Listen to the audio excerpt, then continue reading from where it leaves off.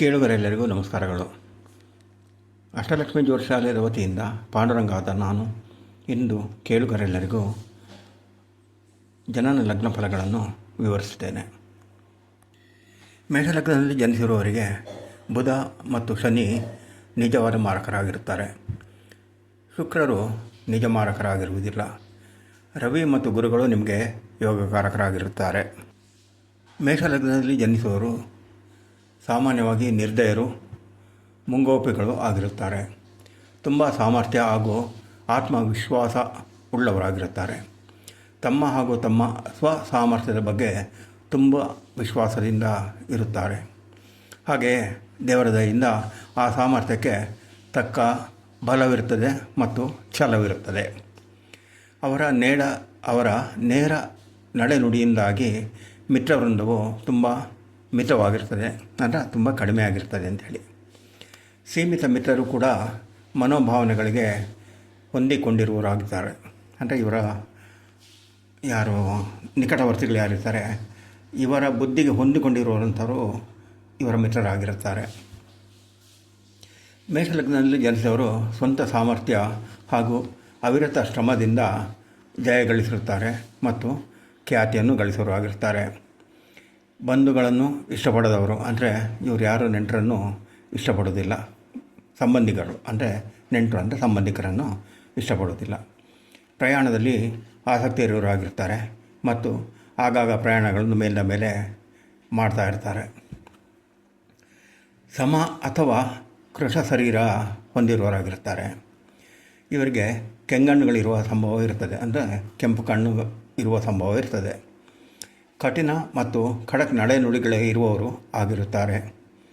ಆಡಂಬರದ ಜೀವನವನ್ನು ಇವರು ಇಚ್ಛಿಸುವುದಿಲ್ಲ, ಅಂದರೆ ಇವರು ಬಯಸುವುದಿಲ್ಲ.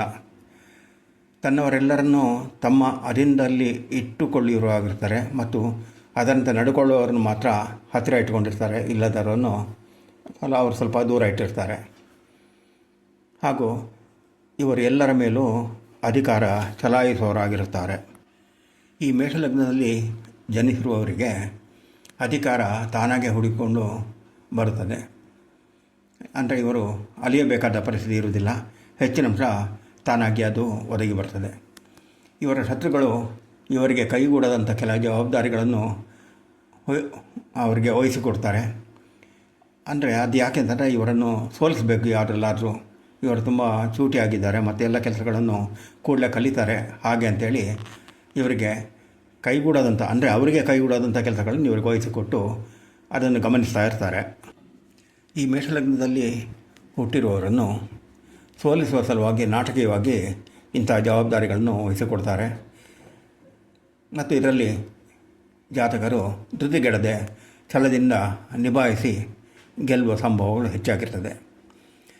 ಏನೇ ಆದರೂ ಜೀವನವನ್ನು ಸದಾ ಸುಖವಾಗಿರಿಸಿಕೊಳ್ಳುವವರು ಆಗಿರ್ತಾರೆ. ಜಗಳವಾಡುವ ಪ್ರವೃತ್ತಿ ಇರುವುದಿರಲಿ ಮತ್ತು ಯಾವುದೇ ವ್ಯಾಜ್ಯಗಳಲ್ಲಿ ಇವರು ಗೆಲ್ಲುವವರಾಗಿರ್ತಾರೆ. ಮೇಷಲಗ್ನ ಜಾತಕರನ್ನು ಪ್ರವರ್ಧಮಾನವಾದಂತಹ ಜಾತಕವೆಂದು ಪರಿಗಣಿಸಲಾಗಿದೆ. ಯಾಕಂದರೆ ಈ ಲಗ್ನದಲ್ಲಿ ಹುಟ್ಟಿರುವವರು ಒಂಥರ ವಿಶೇಷವಾದ ಸಾಮರ್ಥ್ಯ ಉಳ್ಳವರು ಅಂಥೇಳಿ ಗಣನೆಗೆ ತೆಗೆದುಕೊಂಡಿರ್ತಾರೆ. ಈ ಮೇಷಲಗ್ನದಲ್ಲಿ ಹುಟ್ಟಿರುವ ವ್ಯಕ್ತಿಯು ಸರ್ವೇ ಸಾಮಾನ್ಯವಾಗಿ ಗುಂಪುಗಳ ಪ್ರಮುಖರಾಗಿರ್ತಾರೆ, ಅಂದರೆ ಲೀಡರ್ ಆಗಿರ್ತಾರೆ. ಇವರು ಮುಖಂಡರಾಗಿ ಇಲಾಖಾ ಮುಖ್ಯಸ್ಥರಾಗಿಯೂ ಈ ಲಗ್ನದಲ್ಲಿ ಹುಟ್ಟಿರೋ ಕಂಡು ಬರ್ತಾರೆ. ಸಲಹೆಗಾರರಾಗಿ ಚುರುಕುತನಕ್ಕೆ ಹೆಸರಾಗಿ ಇವರು ಅವರ ಸಲಹೆಗಾರರಾಗಿರ್ತಾರೆ. ಹೆಚ್ಚಿನ ಅಂಶ ರಾಜಕೀಯದವರ ಒಡನಾಟವಿದ್ದು ಅವರಿಗೆ ಸಲಹೆಗಾರರಾಗಿ ಇರುವ ಸಂಭವವು ಹೆಚ್ಚಾಗಿ ಕಂಡುಬರ್ತದೆ. ಮೇಷಲಗ್ನದಲ್ಲಿ ಹುಟ್ಟಿರುವವರು ಜೀವನ ನಿರ್ವಹಣೆಯನ್ನು ಉತ್ತಮ ರೀತಿಯಾಗಿ ನಿರ್ವಹಿಸ್ತಾರೆ ಮತ್ತು ಹಾಗೆ ಅವರು ಸಮಾಜದಲ್ಲಿ ಒಂದು ರೀತಿಯ ಉತ್ತಮ ವ್ಯಕ್ತಿತ್ವವನ್ನು ಉಳಿಸಿಕೊಂಡಿರ್ತಾರೆ. ಸಮಾಜದಲ್ಲಿ ಮತ್ತು ಅವರ ಸಂಬಂಧಪಟ್ಟ ಕಾರ್ಯಕ್ಷೇತ್ರದಲ್ಲಿ ಅತಿ ಯಶಸ್ಸನ್ನು ಹೊಂದಿರುವವರಾಗಿರ್ತಾರೆ. ಈ ಮೇಷಲಗ್ನದಲ್ಲಿ ಜನಿಸಿರುವವರಿಗೆ ಒಂದು ವಿಶೇಷ ಏನಂತೇಳಿದರೆ, ಇವರ ವಿವಾಹ ನಂತರ ಅವರ ಕುಟುಂಬದವರಿಂದ ದೂರಾಗಿ ಒಂದು ಕಡೆ ನೆಲೆಯಾಗಿ ಯಶಸ್ಸನ್ನು ಕಂಡುಕೊಳ್ತಾರೆ. ಇವರ ದಿಟ್ಟತನದಿಂದಾಗಿ ಕುಟುಂಬ ಕಲಹಗಳು ಸಾಮಾನ್ಯವಾಗಿ ಕಂಡುಬರ್ತದೆ. ಅಂದರೆ ಎಲ್ಲ ಕುಟುಂಬಗಳಲ್ಲಿಯೂ ಇವರಿಂದಾಗಿಯೇ ಕೆಲ ಅಪಾರ್ಥಗಳು ಮತ್ತು ಕಲಹಗಳು ಕಂಡುಬರ್ತದೆ. ಈ ಮೇಷಲಗ್ನದಲ್ಲಿ ಜನಿಸಿರುವವರು ಯಾವುದರಲ್ಲಿಯೂ ರಾಜಿಯಾಗದೇ ಇದ್ದರಿಂದ ಕೆಲವೇಳೆ ಅಪಾರ್ಥಗಳನ್ನು ಕಾಣಬಹುದು. ಅಂದರೆ ಇವರು ಯಾವುದಕ್ಕೂ ರಾಜಿ ಆಗಲಿಕ್ಕೆ ಒಪ್ಪುವುದಿಲ್ಲ, ಅದೇನೇ ಆದ ಕಾರಣ ನೋಡಿಕೊಳ್ತೇನೆ ಅನ್ನೋ ಒಂದು ದಿಟ್ಟತನವನ್ನು ಇವರು ತೋರಿಸುವ ಸಂಭವಗಳು ಹೆಚ್ಚಾಗಿರ್ತದೆ. ಕೆಲ ಜಾತಕರ ಈ ನಮೂನೆಯ ಗುಣದಿಂದಾಗಿ ಸತಿಪತಿಯರಲ್ಲಿ ಅನ್ಯೋನ್ಯತೆ ತುಂಬ ಕಡಿಮೆ ಇರ್ತದೆ. ಕೆಲವು ಸಲ ಅದು ದೂರ ಆಗುವ ಸಂಭವವೂ ಇರ್ತದೆ. ಕೆಲವು ವೇಳೆ ಇವರ ದಾಂಪತ್ಯದಲ್ಲಿ ವಿರಸ ಮೂಡಿ ಬೇರೆ ಬೇರೆ ಜೀವಿಸುವುದು ಅಥವಾ ಡೈವರ್ಸ್ ಆಗುವಂಥ ಸಂದರ್ಭಗಳು ಕಂಡುಬರ್ತದೆ. ಅಂದರೆ ಇದು ಎಲ್ಲರಲ್ಲಿಯೂ ಅಲ್ಲ, ಕೆಲ ಜಾತಕರಿಗೆ. ಈ ಮೇಷಲಗ್ನದಲ್ಲಿ ಜನಿಸಿರುವ ಕೆಲವರು ತಮ್ಮ ಸಂಗಾತಿ ಮತ್ತು ಮಕ್ಕಳಿಂದ ದೂರಾಗುವ ಸಂಭವಗಳು ಇರ್ತವೆ. ಇವರು ದೂರಾಗಿ ಅಹಿತಕರ ವೈವಾಹಿಕ ಜೀವನವನ್ನು ನಡೆಸುವ ಸಂಭವಗಳು ಜಾಸ್ತಿ ಇರ್ತದೆ. ಯಾಕೆಂದರೆ ಇವರೊಂದು ರೀತಿಯ ಕಡು ನೀತಿಗಳು, ಯಾವುದಕ್ಕೂ ಸೋಲದವರು, ಯಾವುದಕ್ಕೂ ರಾಜಿ ಆಗದವರು. ಈ ನಮೂನೆ ಇರುವುದರಿಂದ ದಾಂಪತ್ಯದಲ್ಲಿ ವಿರಸ ಮೂಡಬಹುದು. ಆ ಸಂದರ್ಭಗಳು ಹೆಚ್ಚಾಗಿರ್ತದೆ. ಈ ಮೇಷಲಗ್ನದಲ್ಲಿ ಜನಿಸಿರೋರು ಸರ್ವೇ ಸಾಮಾನ್ಯವಾಗಿ ಒಂದೇ ಜಾಗದಲ್ಲಿ ನೆಲೆಯಾಗಿ ಕೆಲಸ ಕಾರ್ಯಗಳನ್ನು ತೊಡಗಿಸಿಕೊಂಡಿರ್ತಾರೆ. ಹೆಚ್ಚಿನ ಸಮಯವಿರುವವರು ದೂರಿನ ಪ್ರವಾಸಗಳಿಂದ ಕೆಲ ಜಾತಕರಿಗೆ ಹೊರದೇಶಗಳ ಪ್ರಯಾಣವು ಮತ್ತು ಪರ್ಯಟನಾ ಯೋಗವಿರುವುದರಿಂದ ಆಗಾಗ ಸಂಚಾರಗಳು ಏರ್ಪಡ್ತಾ ಇರ್ತದೆ. ಇವುಗಳಲ್ಲಿ ಕೆಲವು ಸಂಸಾರ ಸಮೇತರಾಗಿ ಪ್ರವಾಸ ಸಂಭವವು ಕಂಡುಬರ್ತದೆ. ಸಂಬಂಧಿಗಳ ನೆರವು ಸಹಕಾರ ತುಂಬ ಮಿತವಾಗಿರ್ತದೆ, ತುಂಬ ಲಿಮಿಟ್ ಆಗಿರ್ತದೆ. ಯಾಕೆಂದರೆ ಅವರು ಸ್ವತಃ ಸಾಮರ್ಥ್ಯದಿಂದ ಇರುವವರಾದ್ದರಿಂದ ಆ ರೀತಿಯ ಸಹಕಾರವನ್ನು ಇವರು ಬಯಸೋದಿಲ್ಲ ಮತ್ತು ಕೊಡಲಿಕ್ಕೆ ಅವರು ಕೂಡ ಹತ್ತಿರ ಬರುವುದಿಲ್ಲ. ಕೆಲ ಮೇಷಲಗ್ನದಲ್ಲಿ ಜನಿಸಿರುವ ಜಾತಕರಿಗೆ ಅವರ ವಿವಾಹ ಕಾರ್ಯವು ತುರಾತುರಿಯಲ್ಲಿ ನಡೆಯುವ ಸಂಭವ ಕಂಡುಬರ್ತದೆ.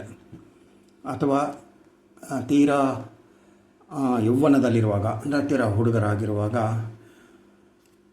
ಈ ರೀತಿಯ ಒಂದು ವಿವಾಹ ಕಾರ್ಯವು ನಡೆಯಬಹುದು.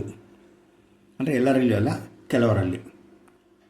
ಈ ಮೇಷಲಗ್ನದಲ್ಲಿ ಜನಿಸುವವರಿಗೆ ಕೆಲವರಿಗೆ ಪುತ್ರ ಸಂತಾನವು ಕಡಿಮೆ ಇರ್ತದೆ. ಇನ್ನು ಕೆಲವರಿಗೆ ಮಕ್ಕಳಾಗುವುದೇ ತೀರಾ ವಿರಳವಾಗಿರ್ತದೆ. ಅಂದರೆ ಹೆಚ್ಚಿಗೆ ಸಂತಾನ ಭಾಗ್ಯ ಇರುವುದಿಲ್ಲ. ಇದ್ದರೂ ಕೂಡ ಅದು ಬೆರಳೆಣಿಕೆಯಷ್ಟು ಮಾತ್ರ ಇರ್ತದೆ, 1 ಅಥವಾ 2 ಈ ಥರ.